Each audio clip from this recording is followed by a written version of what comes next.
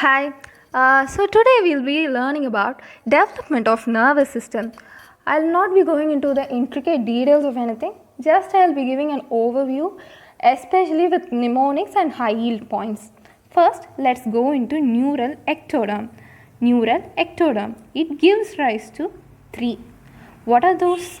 They are nothing but neural tube, crest, neural crest, which is very important. Then we have ectodermal placodes. So neural crest, as I have mentioned earlier, it's important.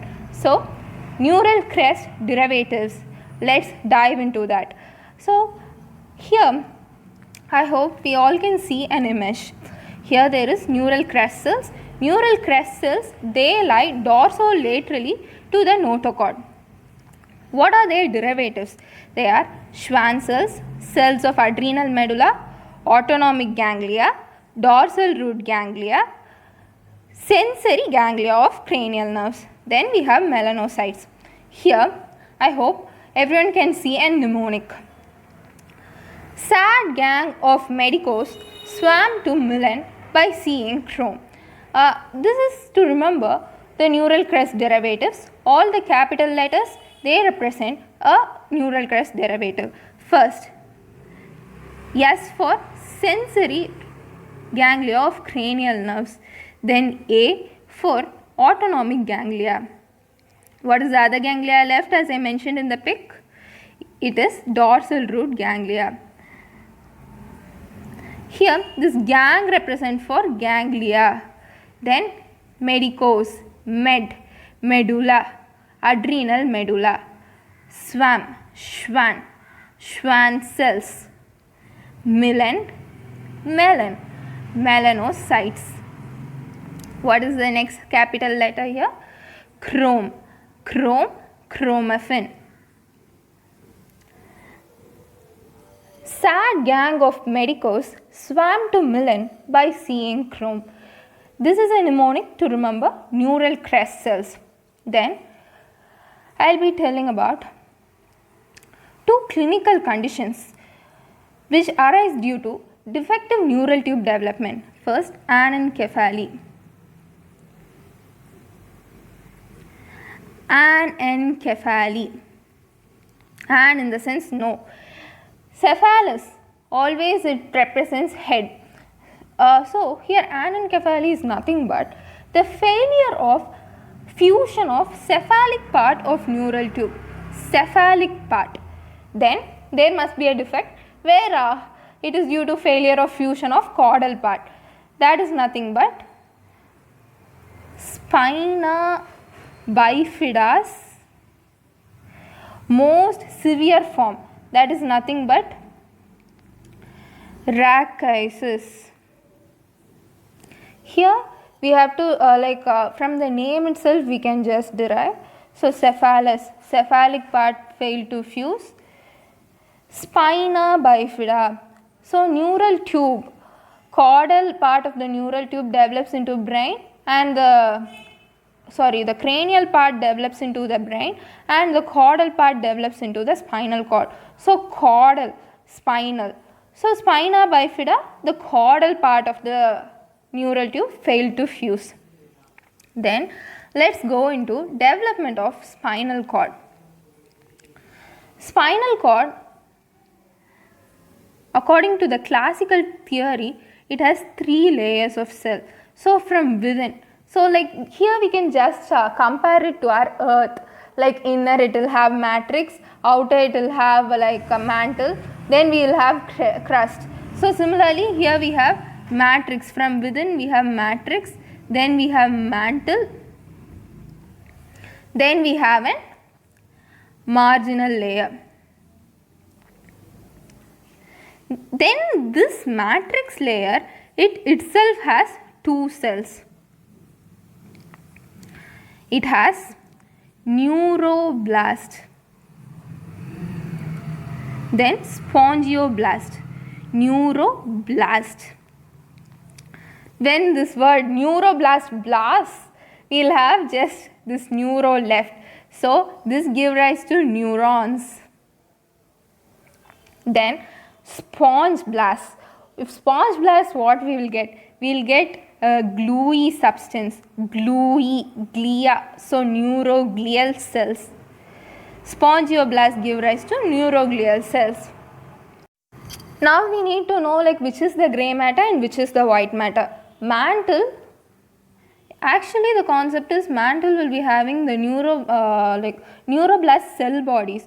So it will be grey matter, and their axons, they extend to our marginal layer. It has Schwann cells, they will form myelin sheath. So because of the myelin sheath, it will be white. But in order to remember it like super fast, how can we remember? So mantle, usually it is like a protective shield. So protective shield, like we must have seen all these in like Captain America, Wonder Woman. So all these, it will be usually in grey color, these shields. So this is grey in color, this mantle. Okay, then let's dive into our this spinal cord is divided by a sulcus, as we can see in this picture. The sulcus limitans divides it into a dorsal and a ventral region. Dorsal region, it is called alar lamina. Alar lamina. Then this ventral, it is basal lamina. So we can see this alar lamina has afferent, and this basal lamina has efferent. Efferences. But in order to remember it like really fast, how can we remember it? So here you can see a mnemonic. All of base is effective. That is a building's basement. The building, the strength of the building depends on how effective the basement is laid on. So all of base is effective. Here all, alar, of, we can take it as of, all of, afferent, base, basal lamina is efferent, is effective. So all, alar lamina has afferent cell, base is effective, basal lamina has efferent cell. So in order to remember it fast, we can just remember this mnemonic. Then let me tell you about development of brain, which is also like very important. So brain, first like it will have three primary vesicles. They are prosencephalon, mesencephalon, then a rhombencephalon. Now like on further development of the embryo, we will have 5 secondary vesicles. They are nothing but this prosencephalon will divide into telencephalon and diencephalon. This rhombencephalon will divide into metencephalon and myelencephalon. We all will have these confusions. How many encephalons are there? Then how many encephalons are there? What are these? Like we'll be like very confused. Nearly like more than 6 are here, or equal to 6. Prosencephalon is nothing but forebrain, meson is midbrain, then rhomben is hindbrain. These two are parts of the midbrain, these two are parts of the hindbrain. But usually we will be confused. So in order to remember that this belongs to prosencephalon or forebrain and meten and myelin belongs to hindbrain or rhombencephalon, let's have a mnemonic. So as we all can see on the screen, the pros now are television and diet. That is like in the present century we have the greatest advantages is like we have really delicious food, which is diet, and we have most beautiful inventions like television. But Rome, miles away, only has metallic buildings. we can build upon this mnemonic now. So pros is nothing but our prosencephalon. This prosencephalon consists of tele. Tele is nothing but telencephalon and diencephalon. Rhomb is nothing but a rhombencephalon. Rhombencephalon. Miles is nothing but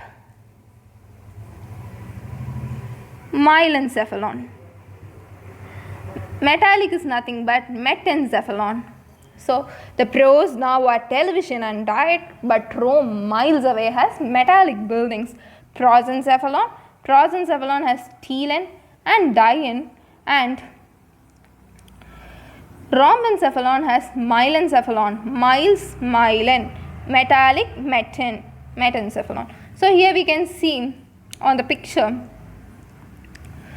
first on the starting of development there are 3 primary brain vesicles, then it becomes to 5. Prosen will develop into telen and dien. Meson remains as meson. Rhombencephalon will give rise to metencephalon and myelencephalon. Then the brain goes on building up. Another high yield point is about tela choroidea. So tela choroidea, what is it? Tela choroidea is basically a single layer of ependymal cells with its surrounding pia mater. So as we can see in this image here,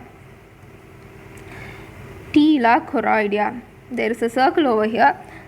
It is nothing but a single layer of ependymal cell with its surrounding pia mater.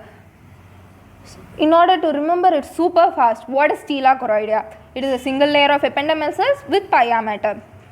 For that, we can visualize tela choroidea written as like this. This resembles pi. So pia mater. E for ependymal cells. That's it. Now there is another term called choroid plexus. What is that? Plexus, like usually when we call it as an plexus, it should involve vessels or nerves. So tela choroidea plus our vessels. Here basically it is a tuft of capillaries. We will get our choroid plexus. Choroid, tela choroidea. We will get choroid plexus. So this is the high yield point in development of nervous system. Stay tuned.